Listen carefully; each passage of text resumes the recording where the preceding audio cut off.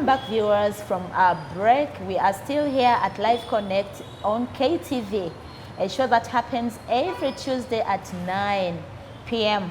Tonight, we are talking about finances, managing finances. I'm with Mommy Cindy. She's driving me here at a terrible speed. I'm trying to change to fit into the gaps, but I know by the end of the show, probably we shall get there. Mommy, there are so many causes. There are so many causes why people fail to manage their finances indeed. You had already opened up, at least we have the mistrust, people don't trust each other. You put all your eggs in one basket, and just in a blink of an eye, in one night like this, you realize someone has been using the same finances to fund another family somewhere else. Wow, it is so heartbreaking.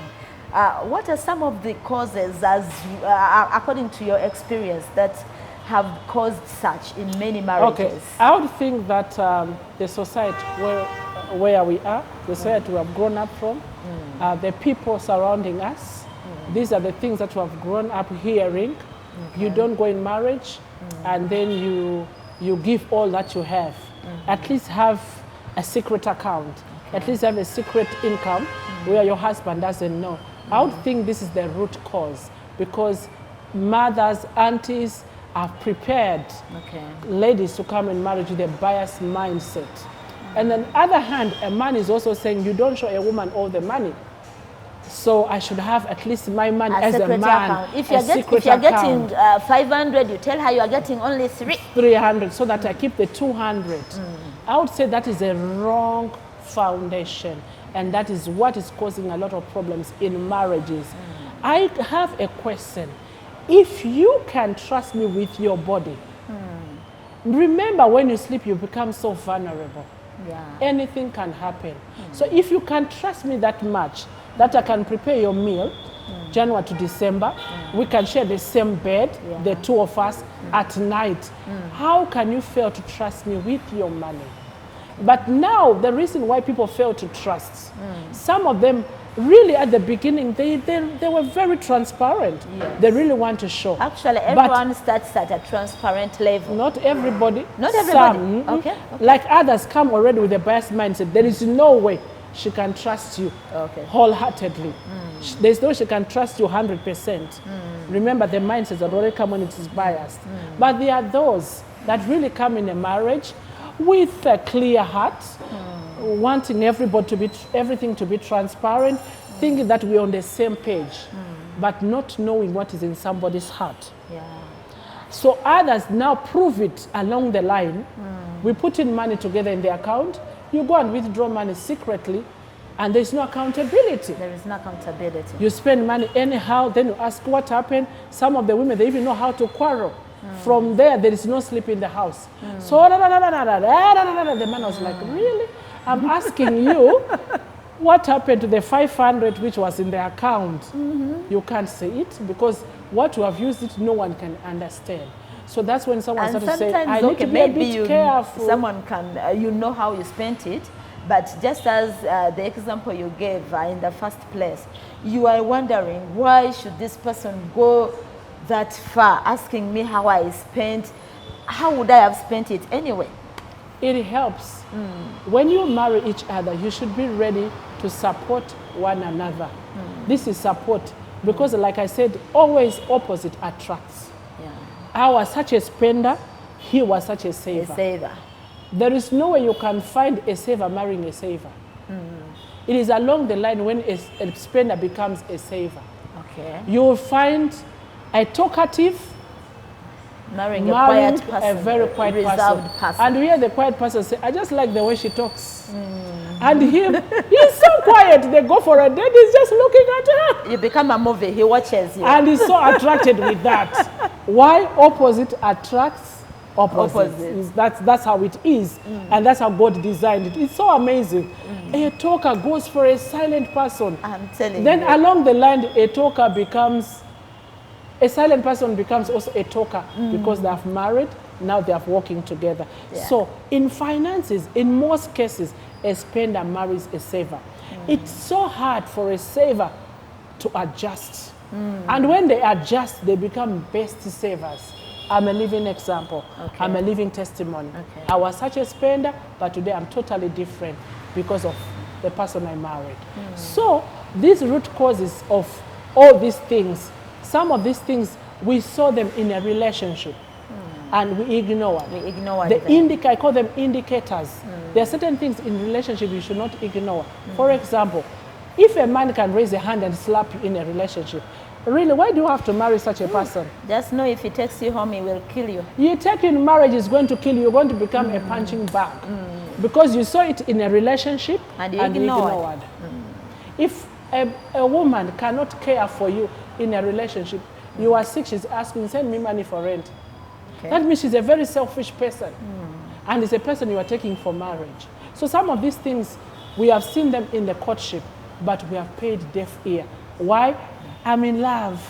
Okay. I'm in love. Let me tell you, love is blind, but marriage is an eye-opener. Wow. It is then in marriage when you realize, really? Really? So you are this person? So we should not misuse the courtship time. So at the courtship time level? Is the time where we should not just go for pizza, not just go for movies, just go for chips and chicken. It is the time where you see, who am I taking home? Who is this person? So this is the time where you talk, have a dialogue, have a free talk. Get to understand this person. Go for a cup of tea. No touching each other, no kissing, no what. But I'm trying to see, who am I going with? When I say I'm sick, how does she respond? Yeah. There are some people who are so selfish to this extent, particularly ladies. There are also men who are selfish. Ladies, when it's your mother sick, she doesn't want to know. My mother is sick. She will never ask you. She'll ask you, send me data. Send me airtime. But I'm telling you, my mother is admitted. She'll never say, let me come and see mommy how she is. No. Have you sent me money for hair? She's always asking. But she's not considering you that you have challenges. Then that's not a right person to marry. Number two, there are some men, you go in a supermarket, he will pick only for himself.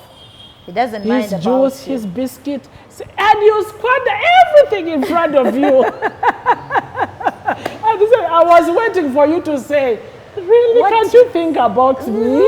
Do I have to say? So if you can't think about me before I come in your house, will you ever think about me when I'm in your marriage? So those are the reason why people have secret accounts. But there's a scripture that is guiding us here that I want us to read. The Bible says in Matthew chapter 6 verse 21, where the treasure of a man is, so shall it be his heart. Do you want to know the heart of a man where he is? Where is treasure? Where are his treasures? Where are his treasures? So some people have come in marriage. The reason why they keep money secretly, because their hearts are not yet there. They love money more than the relationship. But because there's human nature demanding to have a wife, to have children, he ends up marrying. But the heart, really, it's not there. But to those men who are doing that, who are living like, even women, one day you'll get sick.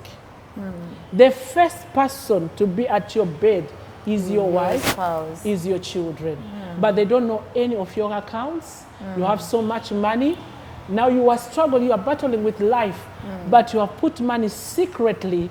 They don't know. They are struggling to treat you because there is no money, but you are hiding it. See all this money you have worked for. Other people enjoy it. There's a story that I had in this country. There was a very rich man. He had money, but this man was so selfish and living a secret life. He had multiple accounts with a lot of money. Now he gets sick. Things happen in life. He gets sick. He's on a deathbed. The wife was running around to look for money to treat. Yeah. She went to money lenders to look for money to treat the husband. Yet the husband has billions in the account, but no one knew that money. The wife failed to get for money for this man to go to India to be treated. The man died. Out of selfishness, he killed himself. Couldn't he talk? And he died. You couldn't tell anybody. No one knows. He's the only signatory. No one knows. They can't withdraw this money. the money dies. He killed himself because of selfishness and greed. Then one of the managers who was born again in a certain bank, he said, but you woman, there is money here for your husband. Yeah. Let's see how we can get you this money. He said, my husband had all money? this money, and my husband has died because we could not get money to take him for treatment. But see what killed him? Failing to be open, hiding. My money is my money. There's a time where money cannot help you. Each time you open up a discussion, it's the starting point. I don't is, have. I don't have It's money. very fast to say I don't have. Each time you open up a discussion, and he has about a billion. Money, Children are like, eating. I don't Children have are money. eating silverfish. Daddy, you So, want to buy meat for that? I meaning don't that have. whatever proceeding, You hear him, whatever I don't, proceeding Mommy, discussion. I don't have mommy. I don't have. I don't have money. I understand that, Oh but my at least God. children being chased away from school because of school fees, but has money in the account. If that money cannot help you, so why are you working for it? Why are you working for it? Then why are you working? Because you are working for this money to help us in this life, to meet certain things, to answer some questions that we don't need to pray for. Just pay. If it's school fees, we pay. If it is this grocery, we pay. But see how people are struggling. Selfishness. Married but still remain single when it comes to money. There are people who are married but they are single when it comes to their finances. It is my money, and I. We are just me and my money. Never opens up to anybody about the money. No. They don't want to know. But this money died. The money you're working for today, you're going to bed very late, working tirelessly. If you don't share it with your family, who do you want to enjoy that money? Other people will enjoy it. Okay. Because we are living in a selfish world. You die today, they will just take it and confiscate the whole account. And no one knows that you worked. No one knows that you had money. You've been living so high, having this, but see how you can be buried like a cat. And people take your money, not even like your immediate people, like No, not they your can't spouse, access it. because they Because know you never about disclose about yeah. it. You never disclose that you have a family that needs this You money. fear because so let's not allow money to control us. The men have a tendency of thinking that when I disclose all my income, my wife will not rest until all that money is finished. There is also that. I don't know how, if you've had such people, they're like, okay, if I only tell my wife that we have 3 million in the account, She knows we don't have. no, she will ask for, she will create She'll ask for need. hair, for nails, for She will grocery, for create what, everything. need until the money is finished. So I would say that they too. end up keeping it to themselves such that you don't create demand. I would say that it's like I said, that opposite always attracts. If you really, your heart is in this marriage, you can still walk with your wife and train her certain things. I told you when we started, I was such a spender. But today I want to thank God that I'm a different, totally different person. Because somebody decided to hold my hand and walk with me and show me my mistakes and correct me in love. At that time, I had attitude towards it. I didn't want it. But as I adopted to that culture, it has helped me and it has worked for me. And oftentimes he says, you are such a good saver. Wow. You are such a good saver. I'm so proud of you. I didn't know you had this much. Really, you have been able to accumulate this money. How? And I'm like, remember, it is you who taught me these things. It is you who taught me. I didn't know. But if you had just said, I will never tell my wife, I'll never walk with her, imagine where will I be even today? It's him again to suffer because I'll just spend everything and the family goes back to zero. So I would say, know your spouse's weakness and find a way of helping your spouse to come out of that weakness and see life in a better way, not in a rude way, because it can be a husband, and you know men, for them they have an ego. He's not a small boy that you control, that you sit down and eat. No, he's not your kid. But with love, it can be communicated with love and examples. Someone can say, wow, this happened. I'll tell you how I changed. I would go in shop and buy anything and no budget and no what, everything.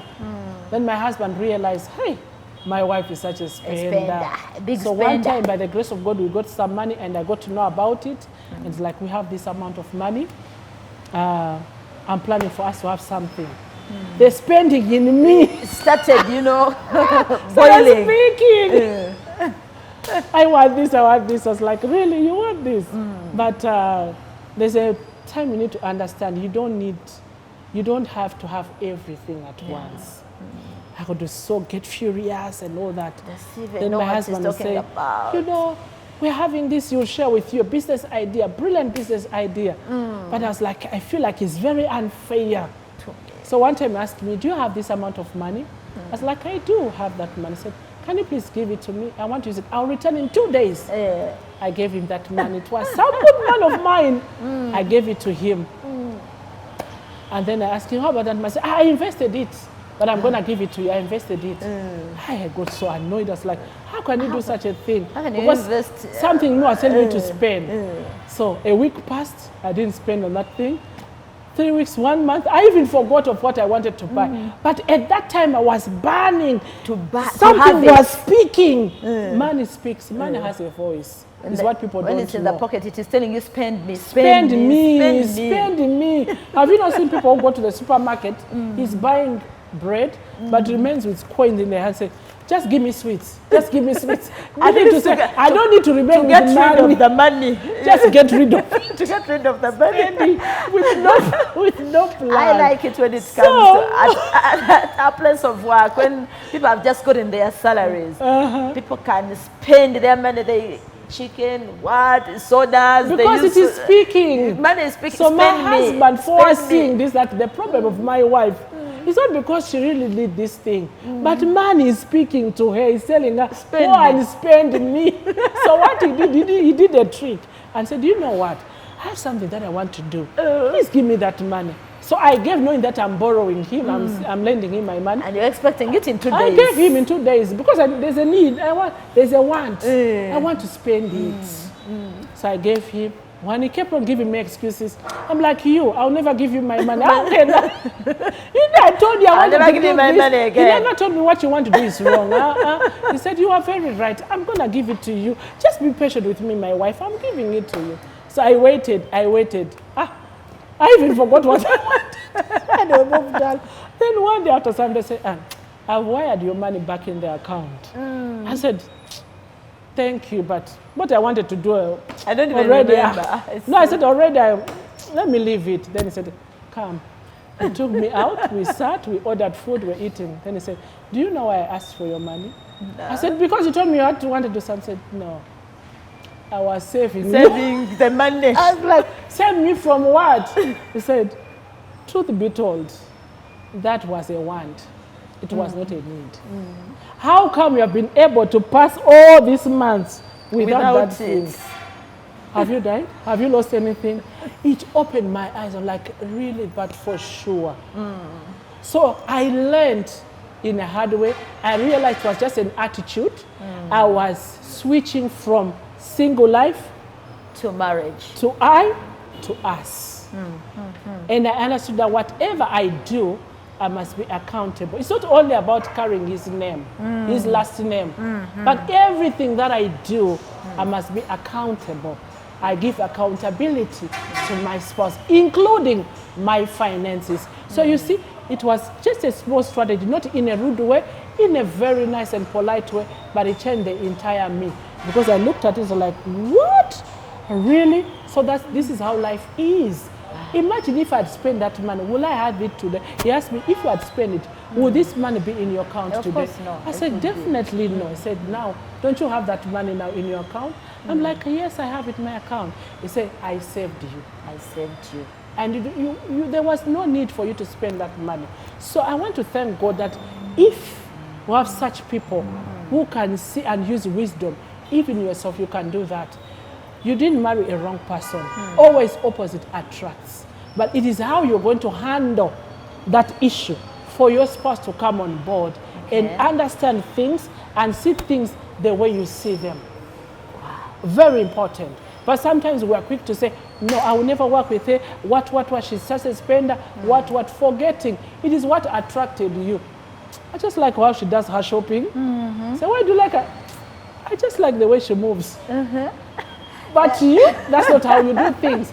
Opposite always attracts. Wow.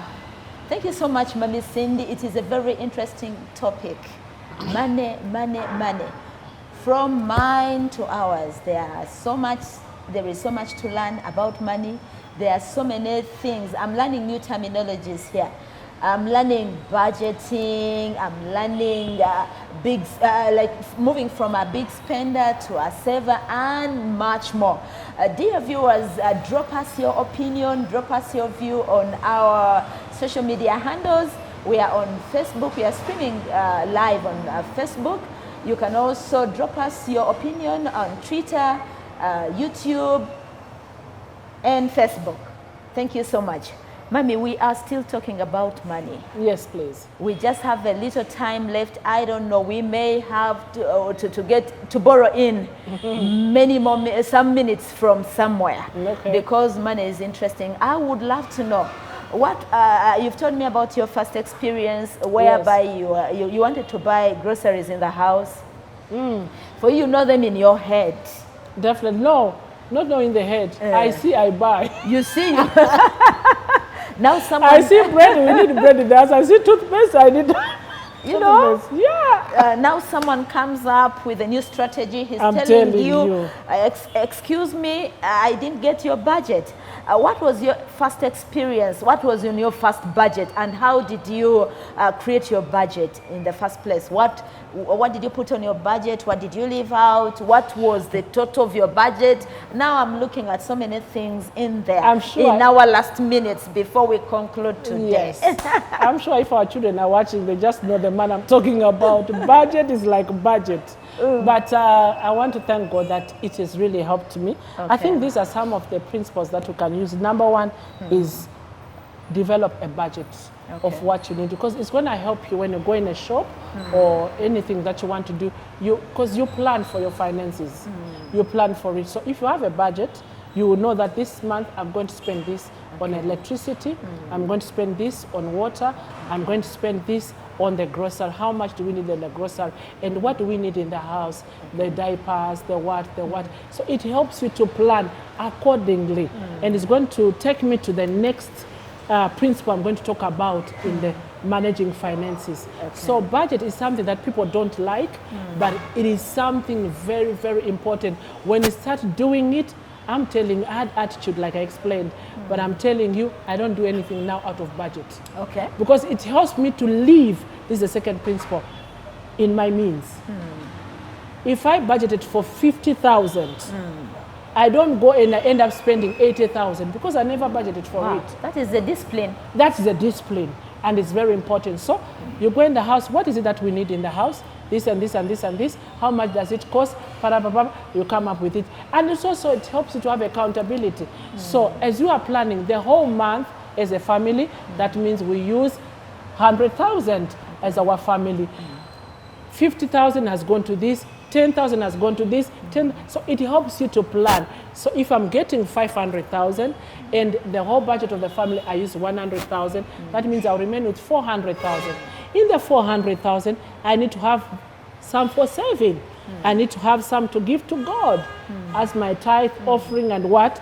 Then I need this. So it helps you to plan your life. And you're not on pressure because, like I told you, it helps you to plan and to manage your finances and helps you to live in your means. Number 3, you don't just buy everything you see.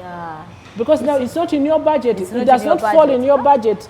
You see a nice shoe, you go for it. You see a bag, you go for it. You went to buy 2 dresses, you buy 3. There's one time in my spending culture, I had shoes as if it's a shop for shoes. I'm telling you. Shoes that spend even 1 year, I don't remember it's my shoe. But you spent on it? I spent on it and very good money. And one time I looked at myself, I said, do I really need all these shoes? Then my husband said, now you have grown. You're asking yourself that because I said, really, I'm asking myself because I don't know when the last time I put on this shoe.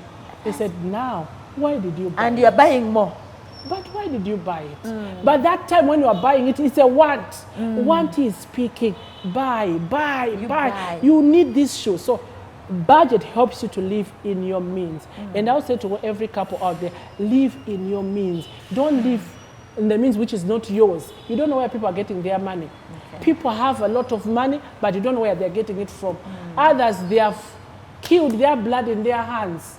They have sacrificed. And for you, see them flashing out. I think the biggest challenge with this generation is a social media era. Okay. We are in that age where social media, everything we see, glamorous life. But let me tell you, before the glamorous life you are seeing on social media, there behind scenes. Story, yeah. Behind scenes. And behind scenes are always never uploaded because they are not glamorous. And most of this social media content is very misleading. Very because misleading. This is when someone manages their lives so funny. Like they have nothing in the background, but they pretend. Exactly. They pretend to have There's it a lot all of pretense. and mislead you. And at the end of the day, you get into their trap and it gets back to you. And sometimes some of them, they are genuine. They have worked their money. But they don't tell where they started from. They are now only showing the glamorous life, where they are driving Lamborghini, when they are swimming, they're in Dubai, holiday after holiday. But if they want to tell you where they have come from, you can even shed tears. Some, they didn't even have a place to sleep. But they have worked so hard, saved every coin, saved every coin. Now they're at a place where they're saying, we have worked enough. Let's enjoy our lives. You are just starting. You are on pressure for iPhone. I don't know which iPhone now is on latest. Which iPhone is latest now? They are on pressure. I don't like iPhone, that's why I don't know, because I'm a Samsung person. But you are on pressure because you are seeing this iPhone. You can't even sleep. But you have barely you have nothing. All your money, as the way it comes, you go and buy a phone just to have a good picture, so that you can be on TikTok, so that you can be on Facebook. But the one who's having that iPhone probably has reached that stage where he can afford. Buying an iPhone to him is as if buying a bottle of water. It's as if he has not spent, because he will not feel it. He spent 7 million. It's like he hasn't spent anything. Why? Because the account is in billions. So live in your means, one. Number two, don't be on pressure of what you are seeing on social media. Social media can only show you glamorous life. But glamorous life, before glamorous life, there is behind scenes. That is not uploaded, that you're not aware of. So control, have self-discipline. Not every dress I'll see you, Eva, putting on, I'll go for it. Do I know where you get your money? I'm telling you. You put their dresses of 1 million, my dear, in the same Uganda. In the same Their Uganda. dresses also of 25,000 in the same Uganda. Their dresses of 15 in the same Uganda. I have not reached your level. Why should I go for that? I'm telling you. Like a child is born. A child will not start by walking. There are stages of life. Wow. Thank you very much, Mami. It is still very interesting. I don't know how to, I want to hold the clock, but incidentally it's moving. Dear viewers, we are almost coming to the end of Life Connect tonight. It is very interesting, but I will ask the producer to give us more episodes of this, because it is very, very, very, very interesting, and it is still one thing. I've learned so many things, moving from a big spender to a saver, budgeting, living within your means. I'm this one person who also goes with my money and and I just pick everything that I want until I don't have the money. You know? I think that one, if women want to be honest, it's a challenge to most women. It is until God has helped you to be delivered from that. But it's a challenge of most women. We go with what we see. Our eyes are taken. Wow, this is so beautiful. I saw this dress. Somebody was putting it on. Baby, she was looking beautiful. I wish I can get it. The man will be on pressure. In just 20 seconds, kindly wind up. Yes, kindly wind up. We have to get out of here. Okay, let me just give you quickly as I'm rushing. One thing I wanted to talk about to couples. Stop taking care of everybody. I know we come from families, we are attached to families, but sometimes it is not a sin to say no. I know we should help people, and it's good to help people, but you can't help the whole world. There are people who have helped everybody, and they have failed to help themselves. Wow. They have taking care of the brother's children, the sister's children, the grandma's children, and they have forgotten themselves and they are struggling. So you cannot help the whole world. You can, and also, I should not give loan. Don't give loans. And you give a loan and you fail to recover your money. Rather, if you come to ask me for 1 million, and I doubt whether you'll give me back that 1 million, rather I'll give you 50,000, which I am ready to lose. Yeah. You know what, you want 1 million, but I don't have it. But I have 50,000. Let me give you 50,000. It's what I have. Don't worry, don't return it. I give it to you. I know I'm not expecting it back. But sometimes because we want to please people, we have given even the little savings that would have helped us. Yeah. Tomorrow, we give it loan. You know, I want to give my brother a loan. He will hurt me. It's not bad to help, but also it's not bad to say no to certain things. I'm closing. All right, Mom. I will leave you to close. And once God has blessed you, you have finances, there are certain things that changes in life. Maybe you have businesses, you have what. Now I request at this point, assign professionals so that they can help you with taxes, they can help you with accounts, books of accounts, bookkeeping, and all this, so that your money, it is well managed. Many people have gotten money, but sometimes lack of wisdom might help. You see somebody say, hey, this person has been a billionaire. All of a sudden it's bankrupt. What happened?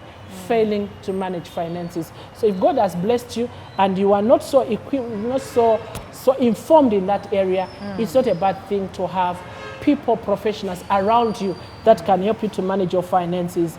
Lastly, I would say have a team, build a team. Okay. A team, husband and wife should be an unbeatable team. Work together as one. I said earlier on, if I can trust you with other things, why not trust you with my finances? Okay. We are one team, let's build that. But it's incumbent on one of us to build that trust. Okay. If my husband gives me 100,000, can I account for it? If my wife gives me 1 million, can I account for it? If we put money together, can I be transparent to my husband that I've withdrawn 500 for A, B, C, D? And let's build that trust, because it is the two of us who are in this marriage, and of course our children. So it is both of us, our responsibility to build that trust, the way we live, the way we handle money, the way we do. I would also say to the couple on finances that it's good to have a joint account. Really, it's really good to have a joint account where you are both saving, because you will need this money tomorrow for development of the family. The family is growing. Anything can happen. Where would you leave that husband with children? Where will you leave that wife with children if money is only known by you and things are done by you, by yourself? Remember, you are no longer two in this marriage. You also have other people who have joined you, your children that need to be taken care of. And also, as you sit down to discuss, have a mindset of development mindset. Okay. Think of, now we are renting today. Do we have a plan to buy a land? Buy a land and we build. Let's talk about it. Let's plan for it. Let's all of us work towards it. Lastly. The very last one now. Very last one. All right. A story that is so amazing, and it happened in marriage. A man was married, but he had married a wife who was very complicated, I should say, maybe for lack of better word. The wife built a house secretly. Built a very beautiful house, finished it and everything, and said to the husband, you know what, we have lived in this house. I think it's high time we need to change a house. We need to go and rent another house. I've seen a house when I was moving, a very beautiful house. I think now we can afford. The husband said, but I was okay with this house. He said, no. She really convinced the husband. The husband was like, okay, my wife, it's fine. Let's go for that house. So how much is the rent? The wife mentioned the money. The husband gave the wife the money. But the landlord needs 3 months. The husband paid, no problem. That's the money. When are we moving? We'll move. They moved. The wife would praise the house. This house is very comfortable. You see, the landlord does not disturb us. The husband was like, you are very right. But now, every month, the wife increased The landlord increased the rent. Jesus. The man was like, but we need to move out. This house is becoming expensive. It's like, no, Daddy, this house. Can you imagine a landlord doesn't come here? Have you ever seen the landlord? No. Doesn't disturb our children. We are at peace. I think that money we can afford, we'll look for it. Let's live. Every month the man is increasing. They lived in that house for over 6 years. The woman built another house. The real landlord was the wife. I was waiting for, I'm still waiting for something. Exactly. Like, did she finally introduce the wealth, the family wealth to the husband? No. It is now the husband said, but I need to know the landlord because this landlord is very unfair. Why is it every month increase the rent? And the wife was the advocate of the landlord. Daddy, no. If you take me somewhere, I will not want. The husband was like, we would go for a cheaper house. And then we save money. We build our own house. Then to donate money every year like this, say, no, don't worry. The man was spending on his own wife's house. Initially their own house. The marriage could not last. It couldn't indeed. They had to break. Thank you so much, Mommy. Thank you so much. It is so much a touching story, but viewers, we have to close with this. We cannot push it any further. We just want to say thank you for being such a wonderful audience. We are proud of you. We are proud of you. Thank you for watching KTV. It has been Live Connect every Tuesday at 9 p.m. Kindly follow us on our social media handles. We are on Facebook, we are on Twitter, we are on TikTok. Follow us and drop us your opinion. We want to have it with you. We want to see what you think. What is your opinion? And lastly, before we move out, please, we are at GNS Hotel here at Old Kampala. For accommodation, please come and get the best restaurant. They have the best. They have the gym, they have spa and everything. They have conference rooms. You can get them on their numbers. They are on 0783 884 524 here at Old Kampala. Thank you so much. We also want to invite you for AMC, Annual Ministers Conference. Mami, briefly about Annual Ministers Conference, and we close the show. Viewers, as we are ending this topic, I want to say don't leave God out of your finances. The Bible says in Matthew 6:33, seek ye the kingdom of God and its righteousness, and everything shall be added unto you. As you are there finding how to do it, navigating on your finances, seek God and have time for God. God will help you.